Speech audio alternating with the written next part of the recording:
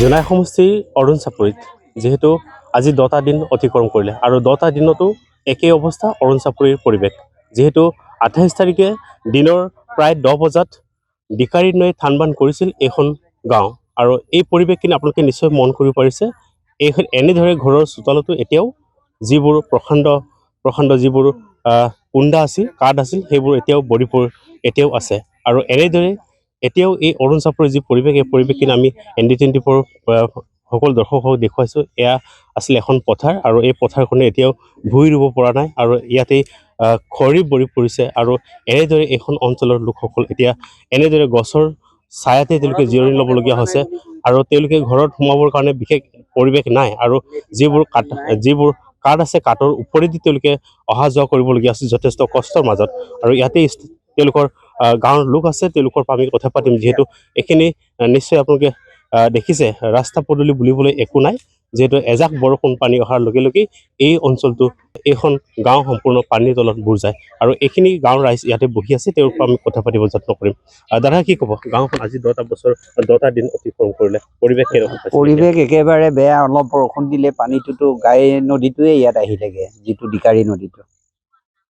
তাৰপিছত হাগা মোটাৰ পৰা ধৰি একেবাৰে অসুবিধা পাই আছো আৰু ঘৰলৈতো কাটত উঠি পেলাই যাবলগীয়া হৈছে খেতি পথাৰটো নায়েই গৰু ম'হ ছাগলী যিকেইটা এইকেইটাৰো মৰাকেইটা মৰিলে জিন্দাকেইটাও গা চা খাবলৈ নাই নহয়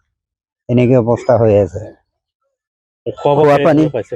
খোৱা পানীবোৰ পাইছে বাৰু বিলাই আছে বাৰু প্ৰশাসনে যিমানখিনি দিব পাৰিছে আৰু নোৱাৰাটো নাই আৰু হ'লেও এতিয়ালৈকে লেট্ৰিনৰ ব্যৱস্থা কৰা নাই মানুহবোৰ লেট্ৰিনৰ কাৰণে অসুবিধা পাই আছে সেইটোৱে যিহেতু গোন্ধ কেনেকুৱা আহিছে বা গোন্ধবোৰ হৈছে বাৰু কিবা দিছে ডেটল চেটল কিবাবোৰ দিছে ফেনাইলবোৰ দিছে ব্লিচিং পাউডাৰ দিছে এনেকুৱা ব্যৱস্থাবোৰ কৰিছে বাৰু নকৰাও নহয় যিমান লাগে ইমান পোৱা নাই যদিও কৰিছে আৰু তেনেকে বিশেষ মই গম পোৱা নাই অসুস্থটো হ'বই যিমান দুৰ্গন্ধ হৈ আছে সেইটো হ'বই তেনেকে এয়া আছিল তেওঁলোকৰ দুখৰ কাহিনী আৰু এগৰাকী বাইদেউৰ পৰা শুনিম ইয়াতে বহুখিনি আছে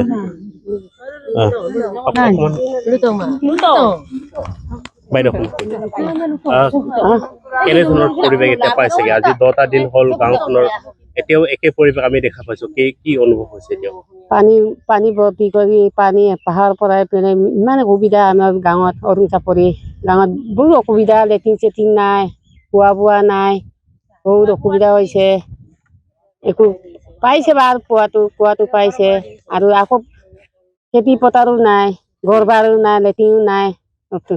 চবেই নাই আমাৰ জেগাত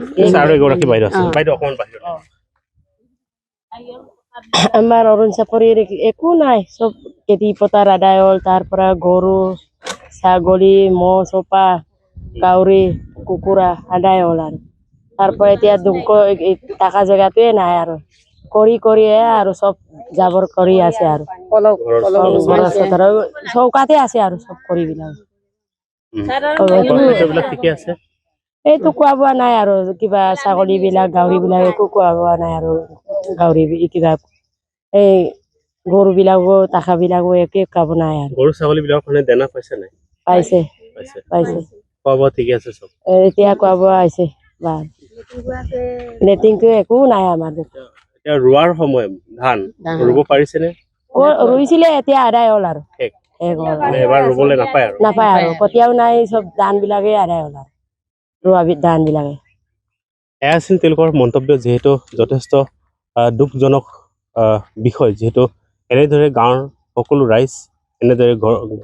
গছৰ ছায়াতে বহি তেওঁলোকৰ বিশেষকৈ এতিয়া বাৰিষাৰ বতৰ আৰু এই সময়ত তেওঁলোকে ভূঁই ৰোৱাৰ সময় কিন্তু তেওঁলোকে ভূঁই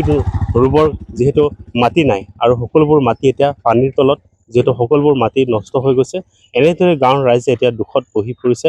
আৰু তেওঁলোকৰ এটাই যিহেতু ঘৰত অহা যোৱাৰ ক্ষেত্ৰত যথেষ্ট সমস্যা হৈ পৰিছে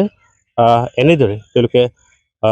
অৰুণ চাপৰিৰ যিখন গাঁৱৰ ৰাইজ এনেদৰে তেওঁলোকে যথেষ্ট কষ্টৰ মাজত জীয়াটো ভুগিবলগীয়া হৈছে